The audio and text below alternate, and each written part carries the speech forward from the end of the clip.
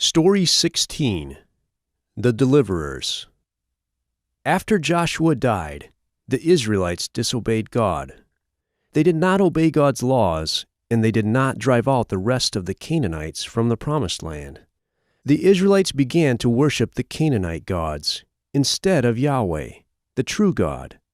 The Israelites had no king, so everyone did what they thought was right for themselves. By disobeying God, the Israelites started a pattern that repeated several times. The pattern went like this. The Israelites would disobey God for several years. Then He would punish them by allowing their enemies to defeat them. These enemies would steal things from the Israelites, destroy their property, and kill many of them. Then after Israel's enemies oppressed them for many years, the Israelites would repent of their sin and ask God to rescue them. Each time the Israelites repented, God would rescue them. He did this by providing a deliverer, a person who would fight against their enemies and defeat them. Then there would be peace in the land, and the deliverer would rule over them well. God sent many deliverers to rescue the people. God did this again after He allowed the Midianites, a nearby enemy people group, to defeat the Israelites. The Midianites took all of the Israelites' crops for 7 years. The Israelites were so scared they hid in caves so the Midianites would not find them. Finally, they cried out to God to save them. There was an Israelite man named Gideon. One day, he was threshing grain in a hidden place so the Midianites would not steal it. The angel of Yahweh came to Gideon and said, "God is with you, mighty warrior. Go and save Israel from the Midianites." Gideon's father had an altar dedicated to an idol. The first thing God told Gideon to do was to tear down that altar. But Gideon was afraid of the people, so he waited until nighttime. Then he tore down the altar and smashed it to pieces. He built a new altar to God nearby and made a sacrifice to God on it. The next morning, the people saw that someone had torn down and destroyed the altar, and they were very angry. They went to Gideon's house to kill him. But Gideon's father said, "Why are you trying to help your God? If he is a god, let him protect himself." Because he said this, the people did not kill Gideon. Then the Midianites came again to steal from the Israelites.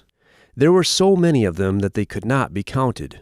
Gideon called the Israelites together to fight them. Gideon asked God for 2 signs so he could be sure that God was really telling him to save Israel. For the first sign, Gideon laid a sheepskin on the ground and asked God to let the morning dew fall only on the sheepskin and not on the ground. God did that. The next night, he asked that the ground be wet, but the sheepskin dry. God did that too. Because of these 2 signs, Gideon believed that God really wanted him to save Israel from the Midianites. Then Gideon called for soldiers to come to him, and 32,000 men came. But God told him this was too many. So Gideon sent home 22,000, all who were afraid to fight. God told Gideon that he still had too many men. So Gideon sent all of them home except for 300 soldiers. That night, God told Gideon, "Go down to the Midianite camp and listen to them talk. When you hear what they say, you will no longer be afraid to attack them." So that night, Gideon went down to the camp and heard a Midianite soldier telling his friend about something he had dreamed. The man's friend said, "This dream means that Gideon's army will defeat us, the Midianite army." When Gideon heard this, he worshipped God. Then Gideon returned to his soldiers and gave each of them a horn, a clay pot, and a torch. They surrounded the camp where the Midianite soldiers were sleeping. Gideon's 300 soldiers had the torches in the pots, so the Midianites could not see the light of the torches. Then all of Gideon's soldiers broke their pots at the same moment, suddenly revealing the fire of the torches. They blew their horns and shouted, "A sword for Yahweh and for Gideon!" God confused the Midianites, so that they started attacking and killing each other. Immediately, Gideon sent messengers to call many other Israelites. to come from their homes and help chase the Midianites. They killed many of them and chased the rest of them out of the Israelites' land. 120,000 Midianites died that day. This is how God saved Israel. The people wanted to make Gideon their king. Gideon did not allow them to do this, but he asked them for some of the gold rings that each of them had taken from the Midianites. The people gave Gideon a large amount of gold. Then Gideon used the gold to make a special garment, like the high priest used to wear. But the people started worshiping it as if it were an idol.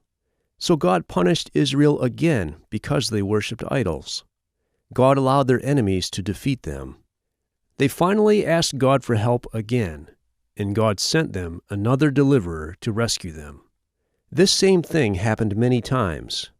The Israelites would sin, God would punish them, they would repent, and God would send someone to rescue them.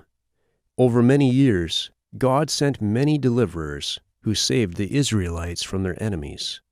Finally, the people asked God for a king like all the other nations had. They wanted a king who was tall and strong, and who could lead them into battle. God did not like this request, but he gave them a king, just as they had asked.